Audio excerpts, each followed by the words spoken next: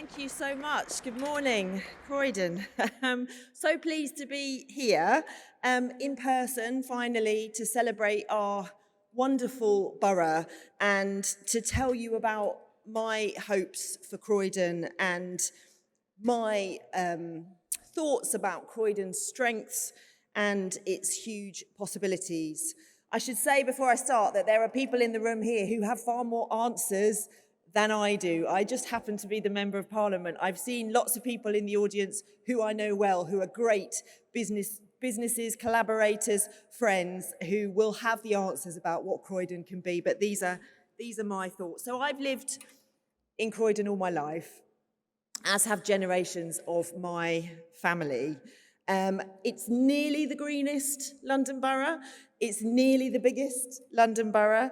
And its diversity is its strength, as we've been talking about this morning. From the kind of woods in Shirley Hills to the wonderful community of New Addington surrounded by countryside, to the small terrace houses in Norwood and the lakes, and then the centre of town with its huge new buildings at its heart and cranes everywhere. It really is an incredibly diverse borough. And it's always been, and I know you know this, but it's always been a really key economic centre.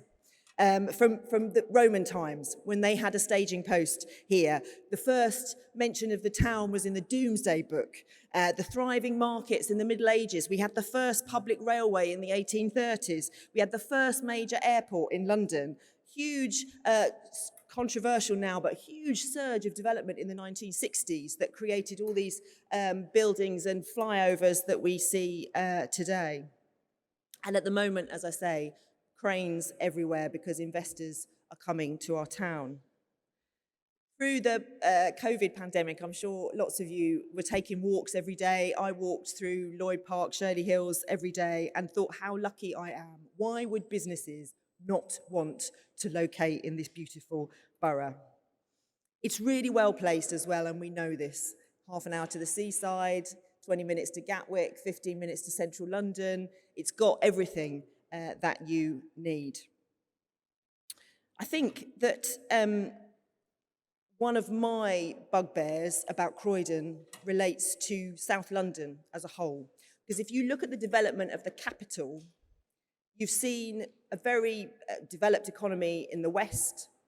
We've seen huge regeneration in the north of London with King's Cross, for example, just one example in point. We saw with the Olympics a shift east of the economy to Stratford with huge development there. South London is the area that hasn't yet reached its potential in terms of investment and development, and that brings, I think, huge opportunities for us. London as a whole, I also worry, will be neglected in the current climate where the talk is of levelling up. Of course, we need London, the economic heart of our country, to thrive too. And while London has grown in economic terms over the last few decades, South London has sometimes been the area that has lost out. But London powers the UK. 24% of the UK's economic output is from London, and in the 10 years to 2019, the city saw economic growth of 49% compared to 33% across the rest of the country.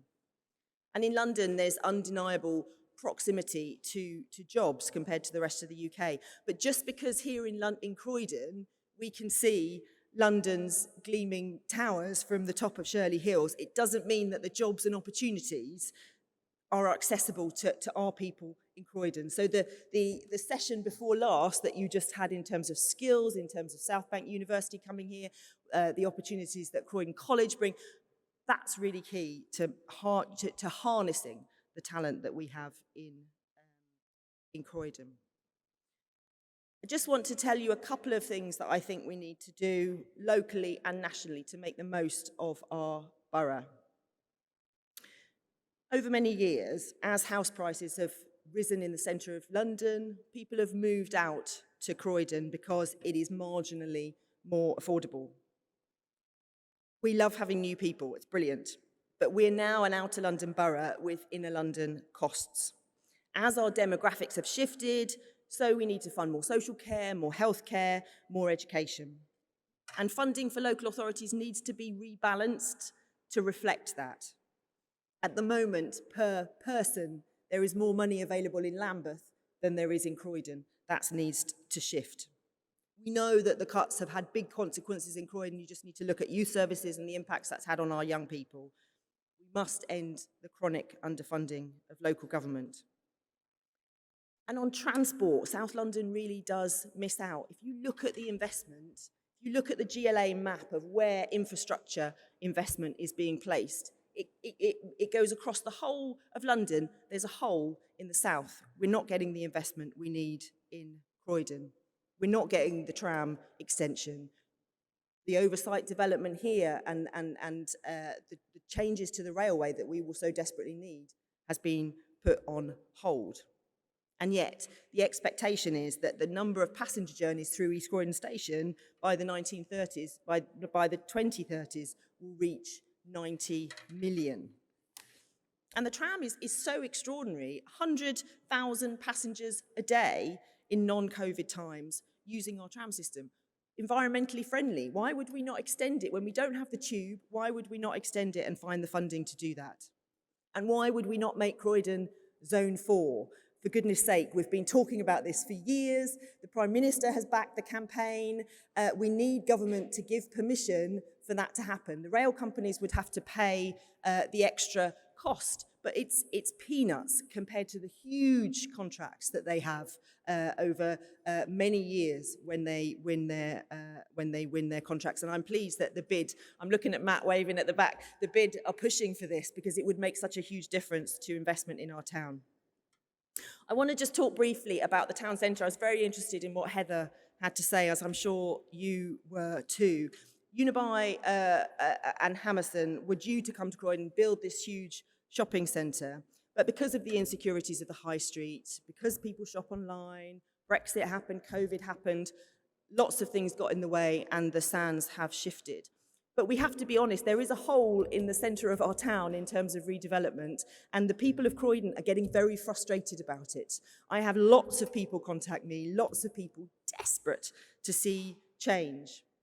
And Westfield and Hammerson have the keys to that because they own the land. R&F have the keys to the development of the St George's Walk and the Nestle building. That's been put on pause, but they have the keys.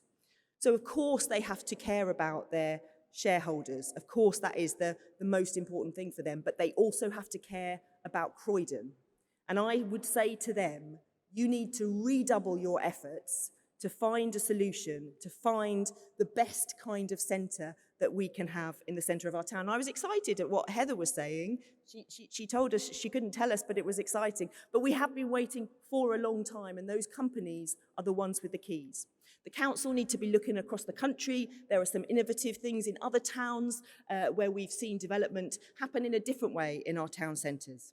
The Mayor of London needs to be coming to Croydon and telling us how he can help develop our town centre, what he can do to support us. And the government needs to be looking at business rates, something we have called for a long time. We have to change the balance on business rates. It's not fair that people in the Wycliffe Centre have to pay so much in business rates when Amazon and their big warehouses don't pay anything. It's completely unfair. It makes it unviable for businesses. So government have to step up as well.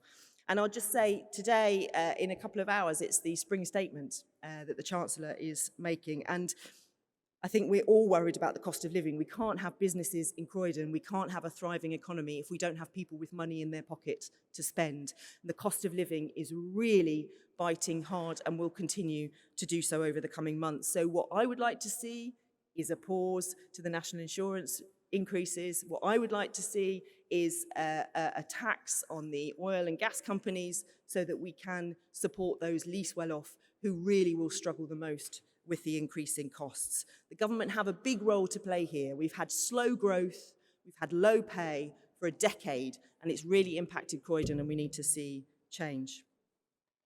I would just end by saying this really is a wonderful town. It's my home. We have a huge opportunity and huge challenges, as people have pointed out. And I think taking that talent as Matt was saying, the people of Croydon are our talent. How do we develop that entrepreneurship? How do we harness those skills? How do we reward businesses that move into empty premises? How do we reward businesses that take on apprenticeships and that invest in skills? My ambitions are for a cleaner, a greener borough with a centre that can thrive. And I think we all have a role to play in Croydon's future. And let's make sure Croydon has the future it deserves. Thank you very much.